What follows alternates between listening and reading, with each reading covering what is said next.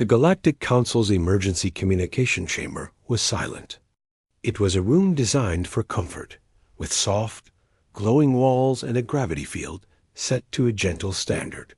On the main view screen, the face of Ambassador Lilia of the Tellurians was etched with a terror so profound it seemed to warp the air around her image. "Please," Lilia said, her voice a trembling whisper translated by the universal comm system. "They are in the outer cities now. The K-Vault. They do not take prisoners. They consume everything. You must send your fleet." On the other side of the screen, the council members exchanged uneasy looks. Counselor Orville, a being of graceful, elongated limbs, spoke with practiced calm. "Ambassador Liley, your distress is felt by all, but the K-Vault war fleet is substantial. A military engagement would risk an interstellar conflict, massive losses. The humanitarian corps is being assembled. They will arrive in 3 cycles to assist with evacuation.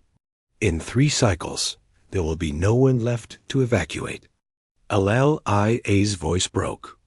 Behind her, a distant, muffled explosion shook the camera. "They are methodical. They are endless. We are not warriors. We asked for rescue, not for a burial detail." Another counselor, a stout mammal named Gorham, leaned forward. "The risk calculus is clear. The Tellurian system is of minimal strategic value. To commit our combined fleets is to invite retaliation upon our core worlds. The loss of one planet, while tragic, is preferable to a galaxy-wide war. The humanitarian envoy is the only logical, safe response." Lilia's large, liquid eyes filled with a despair that silenced the chamber. It was a look of a species realizing they were utterly, completely alone. "So," she said, the fight leaving her, "you will watch us die from a safe distance. And record it, I suppose, for your archives. To study, to avoid risk." The uncomfortable truth of her words hung in the air. The Council's decision was not born of malice, but of cold, vast mathematics. The galaxy was a dangerous place, and survival often meant making terrible choices. They had chosen themselves. Just as Orville was about to formally close the session, a priority alert flashed across every screen in the chamber. A sharp, discordant chime, one reserved for immediate physical threats. Unauthorized warp signature. The monitoring AI announced, its voice flat, materializing inside the system's defensive perimeter. "Vessel designation unknown. Configuration unknown. Energy signature. Extreme." The main view screen split. Lilia's devastated face shrank to one side. The other filled with the image of space near the Tellurian world. There was a tear in the fabric of reality, a violent, ugly rip of light and warped physics. From it, a ship forced its way into normal space. It was nothing like the sleek, elegant vessels of the Council, or even the spiked, organic-looking ships of the K-Vault. It was angular, a block of dark metal, scarred and pitted, as if it had spent centuries sandblasted by a storm of stones. It radiated heat. Sensors showed its hull was still glowing from the raw, brutal energy of its warp transition. It did not drift. It lodged itself into the local space, a bullet embedded in a wall. "Identify yourself," Orville commanded, authority returning to his voice. "This is a restricted conflict zone by order of the Galactic Council. You are in violation of—" The comm crackled to life with a burst of static. A voice came through. It was a male voice, speaking the common tongue with a clean, heavy accent that clipped the ends of words. It was not loud. It was calm. That calm was more disturbing than any shout. "This is Commander Min of the Terran vessel Vanguard. We are responding to the broad-spectrum distress call originating from planetary coordinates below. Please state the nature of your emergency and stand by for assistance." Silence. The Council stared. The Tellurian ambassador stared. The words made no sense. The council had received the distress call. The council had voted. The council had sent the humanitarian envoy. This interloper had not been summoned? Terran? Gorham muttered, pulling up a database. His features paled. Deathworlders. From the Sol system. Class 12 biohazard planet. They are not members of the council. They were observers only. Provisional with limited comms access. How did they get the signal?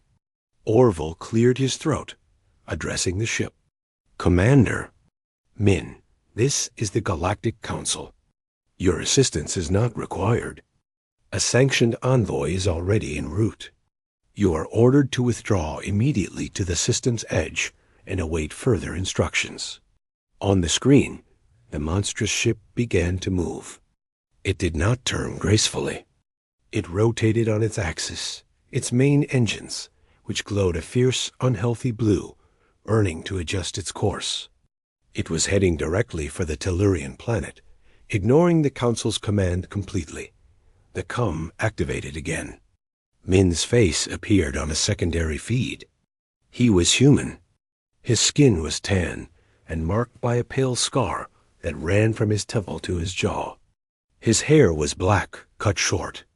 His eyes were dark and held none of the panic or desperation saturating the chamber. They were the eyes of a man looking at a task that needed doing. We heard the plea for rescue, Min said, his tone unchanged. The signal protocol indicates immediate systemic threat to biological life. The Galactic Council's humanitarian vessel is 3 cycles out. By our assessment, the planet will be non-viable in 1.5 cycles. Therefore, your response is insufficient. We are deploying. You cannot. Orville spluttered. You will destabilize the entire strategic balance. The K-Vault will see this as an act of war. The K-Vault, Min said, a flicker of something passing through his eyes, are currently engaged in the systemic slaughter of a defenseless species. We call that being the enemy. The strategic balance is already 0. We are correcting the equation. He turned to speak to someone off-screen. Jay, Hana, prep the drop pods. Full tactical. Sue, get me a real-time feed of the major population centers. Let's see where the party is. His words were casual, almost bored. He looked back at the council. Our jurisdiction is the call for help. Our mandate is to answer it. You can file a complaint later. Vanguard out. The transmission cut. The scarred, ugly ship accelerated toward the green and blue world, now dotted with the ugly black scars of K-Vault landing sites. It moved with a purpose that was terrifying in its simplicity. It was not there to negotiate. It was not there to calculate risk. It was there because someone had cried out in the dark, and the humans had been listening. Ambassador Laley, forgotten on the split screen, watched the Deathworlders ship fill her view. Her initial shock was giving way to a wild, desperate hope, tangled with a deep, instinctive fear. These were not the gentle, logical saviors she had prayed for. These were something else, something that had looked at the math and thrown it out the airlock. On the council screens, data scrolled. Physiological readouts on Terrans. Homeworld gravity, 1.0 G standard, but with 28% higher density. Atmospheric composition, volatile, 21% reactive oxygen. Predatory biome, extreme. Psychological profile, high empathy paired with unprecedented aggression. Resilience to physical trauma. Off scale. Counselor Gorham summed up the feeling in the chamber. He looked at the retreating image of the human ship, a brute force object against the stars. They pleaded for rescue, he whispered, the horror dawning. But Deathworlders appeared instead. What have we done? From his hiding place within the shattered crystal spires of the Tellurian archive, Flenn watched the sky burn. The K-Volt swarms moved like black oil across the pink horizon, their landing craft disgorging armored hunters that moved with a terrible, clicking speed. The air smelled of ozone and something sweetly rotten, the scent of his world dying. He clutched the small data crystal containing his people's oral histories. It was a futile gesture. In an hour, he would be dead. In a day, the crystal would be dissolved in a K-Volt digestion vat. He had accepted this. Then, a new star fell dot. It was not like the others. It did not glide or pulse with organic energy. It came straight down, a furious bolt of dark metal and angry blue fire. It ignored the elegant K-Volt vessels buzzing around it. It simply chose a point on the plains below the city, a point currently occupied by a K-Volt ground force rally and arrived. The impact was not an explosion. It was an annihilation. The ship, the Vanguard, did not land. It crashed on purpose. Its colossal weight and speed vaporized a dozen K-Volt skirmishers and dug a crater half a mile wide. The ground shockwave knocked Eflin from his feet. When the dust cleared, the ship sat there, steaming and immense, like a mountain that had just decided to appear. For a moment, there was a stunned silence. Then, hatches hissed open on the sides of the human ship. What emerged were not soldiers as Eflin understood them. They were not like the lithe, quick Tellurian guardians, nor were they like the chitinous, multi-limbed K-Volt. They were figures of pure, heavy geometry. Their armor was thick, slab-like, and matte gray, scarred with fresh abrasions from the crash landing. They moved with a weight that seemed to make the planet itself protest. Where they stepped, the soft, mossy ground compressed into permanent footprints. They fanned out without a sound. No battle cries, no communication Eflin could hear. One of them, slightly taller, with a blue marker light on its shoulder, pointed a gaunted hand. The others moved. The K-Volt recovered from their shock and attacked. Plasma bolts, which could cut through Tellurian stone and flesh alike, streaked across the plain. They struck the human armor and burst into harmless showers of light. The humans did not stagger. They did not take cover. One of them, with a red marker, looked down at its chest where a bolt had hit, then looked back at the K-Volt shooter as if mildly annoyed. Then the humans returned fire dot. Their weapons did not fire plasma or light. They fired solid projectiles. The sound was a deafening, repetitive thunder that hurt Eflin's ears. Where the bullet struck K-Volt armor, it did not melt or burn, it shattered. It blew apart in jagged pieces. The human's aim was terrifyingly precise. Short, controlled bursts. A K-Volt would fall, and the human would already be aiming at the next. The human with the blue light Captain J, though Eflin did not know, that yet walked directly toward a K-Volt heavy weapon emplacement. The emplacement fired a continuous stream of green energy. It washed over Jay's armor, heating it to a glow, but she kept walking, one heavy foot in front of the other. When she was close enough, she simply reached out, gripped the barrel of the weapon, and twisted. The metal screamed and came away in her hand. She swung it like a club, crushing the K-Volt operator. Another human, Lieutenant Hana, moved faster. Her armor whined with servos as she leapt a jump no Tellurian could ever manage, covering 20 meters easily. She landed amidst a cluster of K-Volt skirmishers. She did not use her rifle. She used her hands and feet. Eflin saw her grab a K-Volt limb and pull, and the creature came apart with a sickening crack. It was not frenzied. It was efficient. Like a gardener pulling weeds. Flen felt a wave of nausea that was not just from the smell. This was rescue? This was raw, mechanical disassembly. It was more frightening than the K-Volt, who at least killed for food, for purpose. The humans killed like it was a task, like they were cleaning. His thoughts were interrupted by movement closer to him. A trio of K-Vault, fleeing the main battle, had scuttled into the archive ruins. They were heading for a lower chamber, where Eflen knew a group of young Tellurians were hiding. Before he could even whisper a warning, a new human dropped from a higher ledge. This one's armor had no marker lights, just scuffs and dents. The human landed between the K-Vault and the chamber door. It was smaller than the others. A female voice, filtered and flat, came from the helmet. "Hey, wrong way." The K-Vault attacked. One lunged with a blade-like limb. The human Sue sidestepped, grabbed the limb, and used the creature's own momentum to slam it into a crystal column. The column shattered. The K-Vault went still. The second fired a pistol. Sue took the blast on her forearm, glanced at the scorch mark, and closed the distance. She drove her fist, clad in its massive gauntlet, straight through the creature's chest carapace.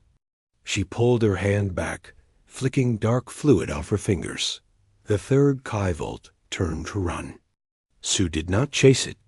She raised her other arm. A small launcher on her wrist thumped. A metal net shot out, wrapping the creature tightly. It fell, clicking and writhing.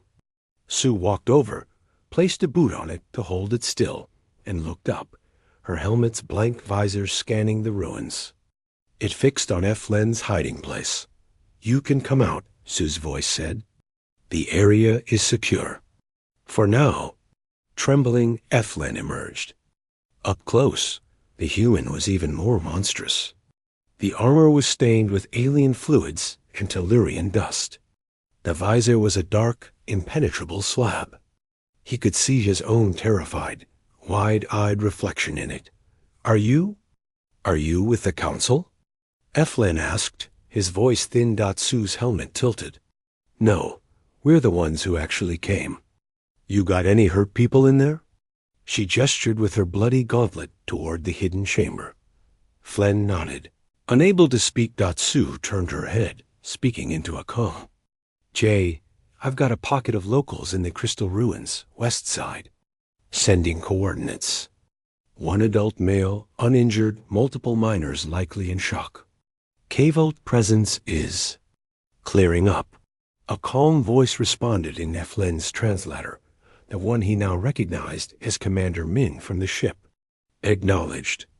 Hana is finishing at the landing zone. Have the local bring the young to the crater. It's the only defensible ground." Sue looked back at Eflen. "You heard him. Round up the kids. Stay close to me." As she spoke, a shadow fell over them. A K-Vault dropship, damaged and smoking, was trying to flee the battlefield. It was passing overhead, low and slow. Sue sighed, a strangely human sound of irritation from the monstrous armor. "Nuisance." She raised her rifle, a heavy, ugly thing. She took a moment to aim, her body perfectly still. She fired once. The projectile, a tracer round glowing red, streaked upward. It did not hit the engines or the hull. It hit the viewport at the front of the dropship. The ship veered wildly, smashing into a distant spire and exploding in a fireball. Sue lowered her rifle. "Okay," she said, as if she had just swatted a fly. "Let's get moving. And tell the little ones not to be scared of the armor. We're the good guys." Eflen looked from the burning wreckage in the distance to the implacable, blood-spattered figure in front of him. Good guys. The word meant something different now. It was heavy. It was violent. It was absolute. He nodded, his mind reeling, and went to gather the children. The rescue had arrived. It was not a shield. It was a hammer. And the planet was the nail. The bridge of the Vanguard was nothing like the serene chambers of the Galactic Council. It was dark, lit only by the glow of screens and tactical readouts. The air hummed with power and smelled of ozone and recycled metal. Commander Min stood before the main display, watching the feed from the planet below. Little red icons representing K-Vault forces were blinking out. one by one, replaced by the steady blue markers of his squad. A priority channel flashed, insistent. It was the Galactic Council. With a tap, Min opened the channel. The faces of Counselors Orville and Gorham appeared, their expressions a mix of outrage and profound confusion.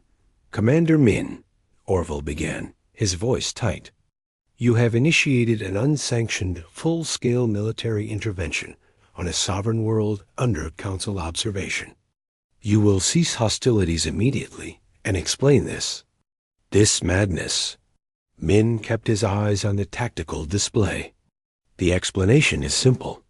They asked for help. We are helping. It is not that simple. Gorham interjected. Your actions have galactic repercussions. The K-Vault are a recognized faction. This could be seen as an act of war by a non-aligned species. A recognized faction that eats children, Counselor, Min said, his voice still calm, but gaining an edge. He finally looked at them. We monitor the public distress bands. All of them. It's a habit from home. Home? Orville asked, bewildered that Min didn't answer directly. Instead, he gave a short, quiet order to a crewman. Jay, push forward to the river delta. They're trying to flank the main refugee column. Then he turned back to the Council. On Earth, a long time ago, a great wave hit one of our coastal cities. A tsunami. The water came faster than anyone could run. My father put me on a roof, told me to hold on to the antenna. Then the water took him. The Council members were silent. The story, told in such a flat tone amidst a battle, was disorienting. I held on, Ming continued, for a day and a night.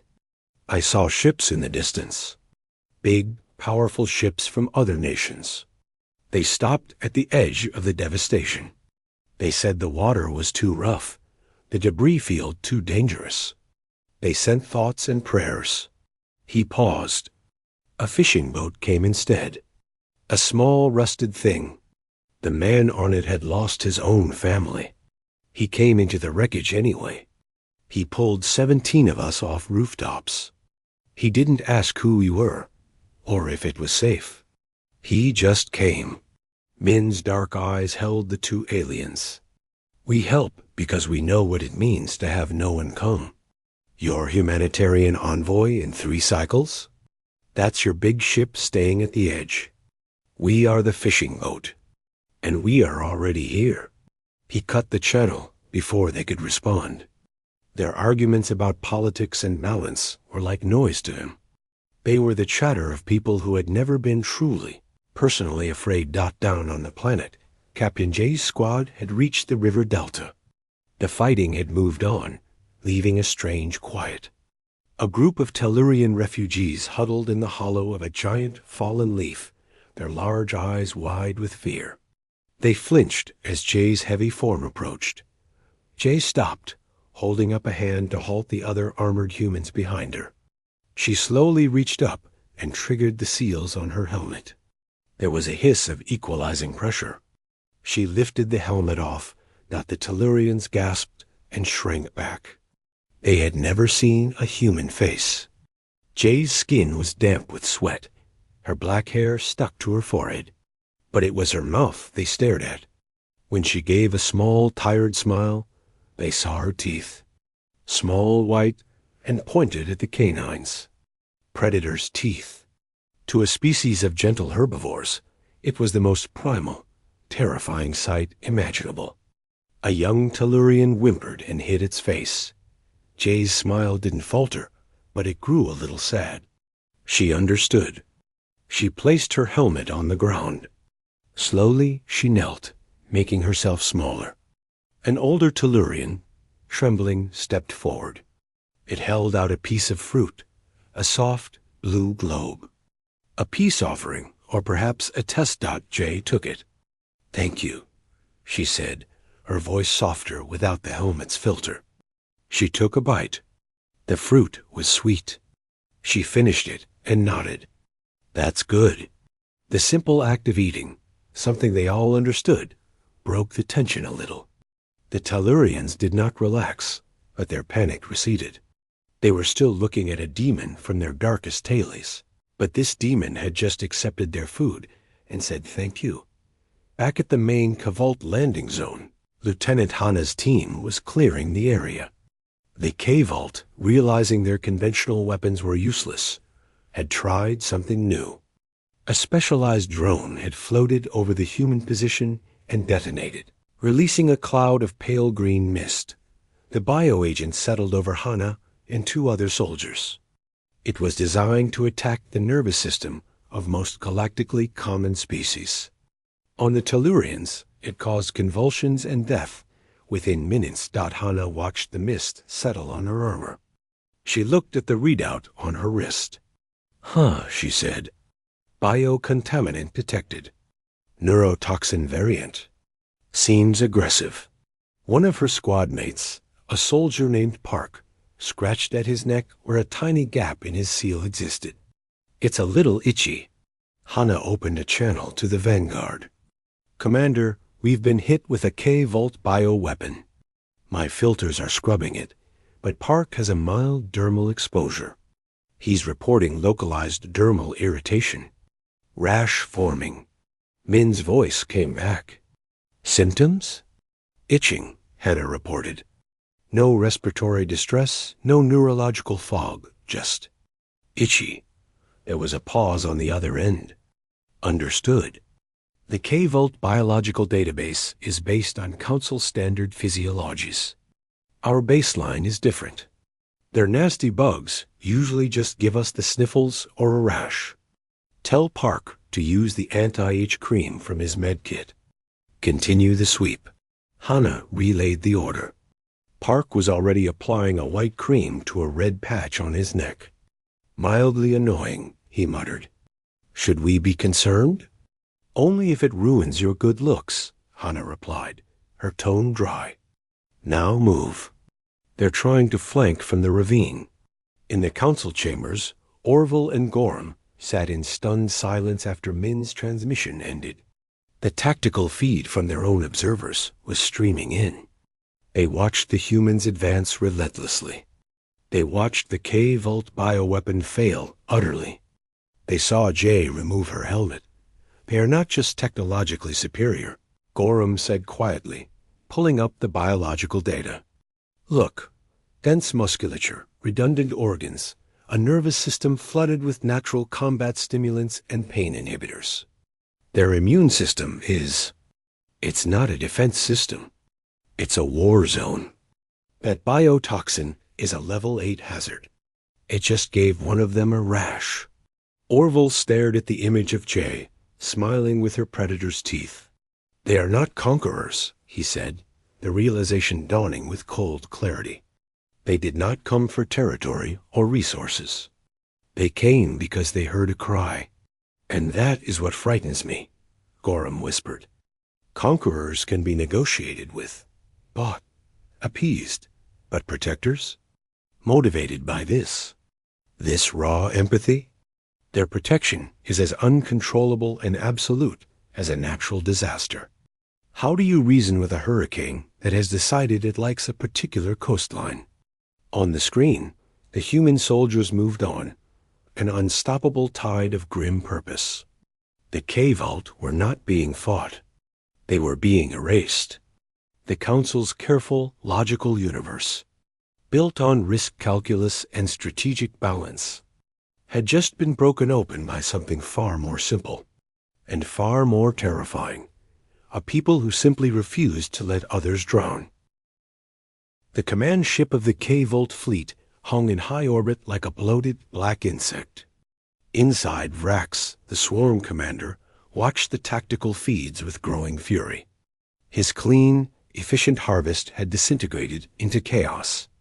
The glowing symbols of his forces on the planet's surface were vanishing, not in the slow bleed of combat, but in sudden, total erasure. A new channel request pulsed on his screen.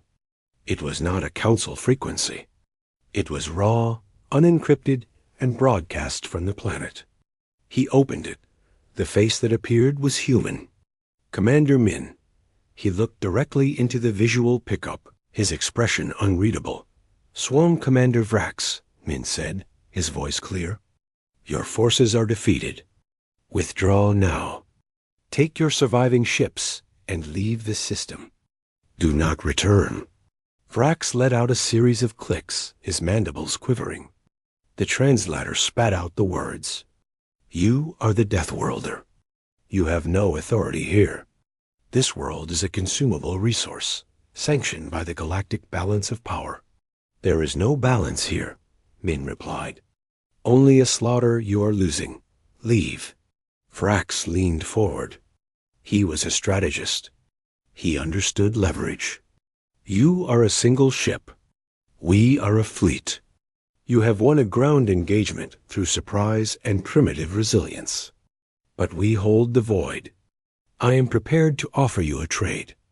Withdraw your warriors, and we will gift you the technology of our warp drives. It is far superior to the crude method you use. A prize for your admirable ferocity." On the screen, Min didn't even blink. "We don't do business with species that eat children, Vrax. That's a line for us. Simple. Final offer? Leave. Now?" The channel went dead. Vrax stared at the blank screen, a cold rage settling in his thorax. They would not bargain. They would not be bought. They were an irrational force. Such things had to be burned out, completely. He gave a new order. Target their ground forces with the orbital plasma lance.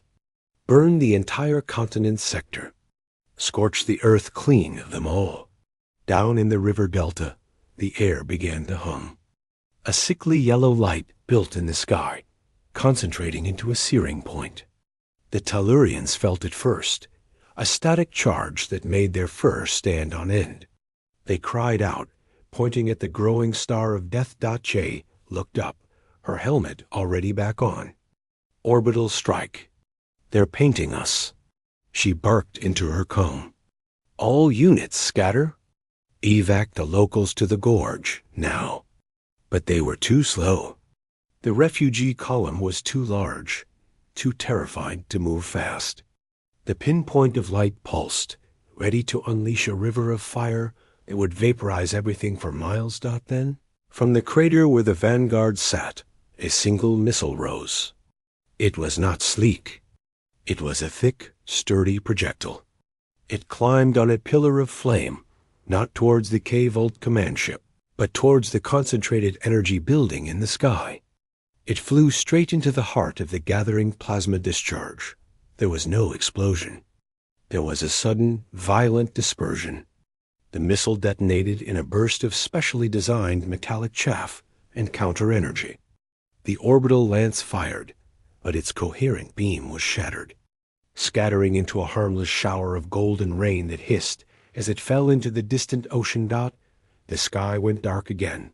On the command ship, Vrax's sensor officer shrieked. "The lance is neutralized.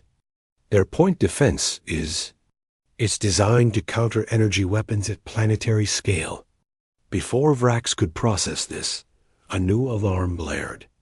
"Breach! Breach in the lower aft hull. Unknown borders."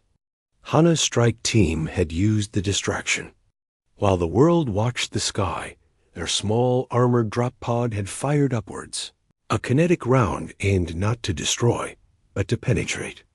It had slammed through the command ship's weaker lower plating, and the humans were now inside. The interior of the K-Vault ship was a labyrinth of organic tunnels and pulsating membranes.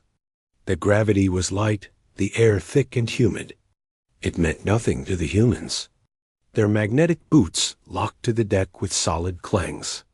They moved in the dimness, their helmet lights cutting beams through the gloom. K-Vault warriors swarmed them in the narrow corridors. Here, the human size was a disadvantage, but they turned it into a weapon. Hana led, not with her rifle, but with a compact shield she carried on her arm. She simply walked forward, bashing aside the lighter K-Vault, crushing them against the spongy walls. The sounds were wet and final. They fought their way toward the bridge. It was not a graceful battle. It was a brutal, hallway-by-hallway slog. The K-Volt weapons scorched their armor. Their claws scratched the thick plating. The humans did not stop. They broke limbs, shattered carapaces, and moved on. They were like a natural process, an avalanche in a tunnel dot back on the surface, near the ancient Tellurian temple of woven wood. Sue was covering the retreat of a final group of priests. A K-Volt heavy weapon, mounted on a floating platform, had found them. It was a plasma cannon, larger than the others. It fired. The bolt of green fire was meant for the temple doors. Sue saw it. There was no time to get the priests clear. So she moved. She didn't dive for cover. She sprinted sideways, grabbed a large, curved piece of broken hull from a downed K-Volt skimmer, and planted it in the bolt's path like a shield the plasma hit. The impact was tremendous. It blasted the makeshift shield into molten fragments and threw Sue back 10 meters. She landed in a heap of rubble, buried under smoking stone and metal. The K-Volt gunner scanned the area. No movement. It turned its weapon back toward the cowering priests. Then the rubble shifted. A gaunted hand pushed a large piece of rock aside. Sue stood up. Her armor was blackened. One shoulder pauldron was cracked and hanging loose, and her visor was webbed with fractures. She staggered for a step, then found her balance. She looked down at the ruined armor on her arm, then up at the floating cannon. "Oh, come on," her filtered voice grumbled, loud enough for the nearby Tellurians to hear. "That was my favorite set." She reached to her back and unclipped her rifle. It was dented, but functional. She took a kneeling stance, ignoring the sparks spraying from her damaged shoulder. She aimed. She fired 3 times. The first shot cracked the cannon's barrel. The second shattered its targeting lens. The third punched through the armor of the floating platform. It sputtered, listed to one side, and crashed to the ground. Sue stood up, brushing dust from her cracked visor. She turned to the priests. "Paths clear. Let's go. And someone tell Commander Min I'm going to need a new kit." From his hiding place, Fetlen had seen it all. He had seen the orbital strike fail. He had seen Sue take a blast that would vaporize a Tellurian and get up annoyed about her armor. The initial primal fear he felt for the humans was changing, warming into something else. They were not demons. Demons were chaotic and cruel. These beings were something else. They were unstoppable, yes. Terrifying, absolutely. But they were also reliable. They said they would hold the line, and they did, even if the line was a river of plasma. They were like the terrible, beautiful storms of his homeworld. They could shatter crystal and flatten forests, but they also brought the rain that gave life. They were, he thought, the gentle storms. He found himself not shrinking from Jay as she passed, but nodding to her. She nodded back, her predator's teeth hidden behind her helmet once more. The rescue was no longer just an intervention. It was a statement, written in fire and unwavering resolve. The K-Volt had chosen to prey on the weak. They had not considered that the weak might have friends who remembered, deeply and personally, what it was like to be afraid, and who had decided, as a species, to never let that happen to anyone else if they could help it. The silence was the most profound sound Feflen had ever heard. No more plasma fire. No more thunder of human weapons. No more screeching of K-Volt warriors. Only the wind, sighing through the shattered crystal of his city, carrying the scent of rain and wet earth. He stood at the edge of the great crater, now a bustling hive of activity. Human medics in lighter armor moved among the Tellurian wounded, their touch surprisingly gentle. Their medicines worked fast, sealing wounds with a speed that seemed like magic. The children, who had once flinched from the humans, now watched them with wide, curious eyes, some even daring to touch the gray, scarred plating of a soldier standing guard. Above, The sky was clearing. The last of the K-Vault ships were dwindling specks, fleeing into the depths of space, pursued by a single, relentless squadron of human fighter craft. They were not being destroyed to the last ship. They were being chased out, a message more than a massacre. Commander Min walked down the ramp of the Vanguard, his helmet off. He looked tired. The scar on his face seemed deeper in the afternoon light. Ambassador Lilia approached him, her posture one of deep, reverent gratitude, but also a lingering awe that bordered on fear. "Commander," she began, her voice soft. "My people, we owe you our existence. We have no words equal to this debt." Min shook his head. "No debt. You called. We answered. That's the whole of it." He looked around at the recovering Tellurians, the human soldiers sharing ration packs with them. "Your world will heal. The K-Vault won't return. They're pragmatic bullies. They go where the fighting is easy. You're not easy anymore." "But you are leaving," Lelia said. It wasn't a question. "Yes, our job is done." Min pointed to a small device one of his engineers was handing to a Tellurian tech. "That's a direct comlink. Tight beam, secure. If anything like this ever happens again, you use it. It goes straight to us. No council filters, no debates. We will hear you." Lelia took the device, a simple gray slab, as if it were the most precious jewel. "And the galaxy? The council?" Min's expression hardened just a fraction. "They will have opinions. Let them. You focus on rebuilding." He gave a short, respectful bow of his head, a gesture he must have learned from their cultural files.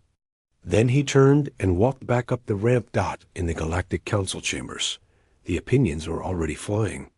The emergency session was in an uproar. "They are a rogue element," one counselor shouted, her frills flushing red.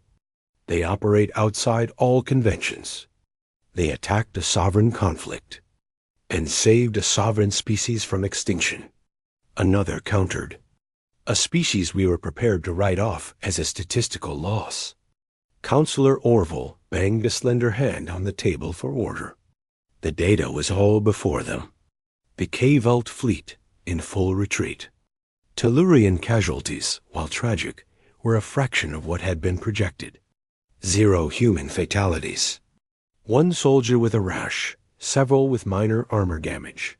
"The fact remains," Orville said, his voice weary, "that a non-aligned Deathworld species has demonstrated the ability to single-handedly defeat a major predatory power. They have shown contempt for our processes. They have made us look cautious, weak, or they have shown us we are cowards," Gorham said quietly. The room fell silent. He continued, "We hid behind our math. They acted on a principle, a simple one. Do not let the innocent die. Our galaxy has not seen such a principle in action for a very long time. It is disruptive. What do we do?" Another asked. "We do nothing," Gorham said. "We cannot control them. We cannot punish them. Would you send a fleet to sanction them? After what you just saw?" He gestured to the images of the scarred human ship, the implacable soldiers. "They are not a political entity to be managed. They are a force of nature. The only rational response is to acknowledge them and to be very, very careful about which distress calls we ignore in the future." On the bridge of the Vanguard, the mood was quiet, focused. The main screen showed the Tellurian world, green and blue and beautiful again. Growing smaller, J removed her helmet, running a hand through her sweat-damp hair. "Damage reports are in. Sue's armor is trashed.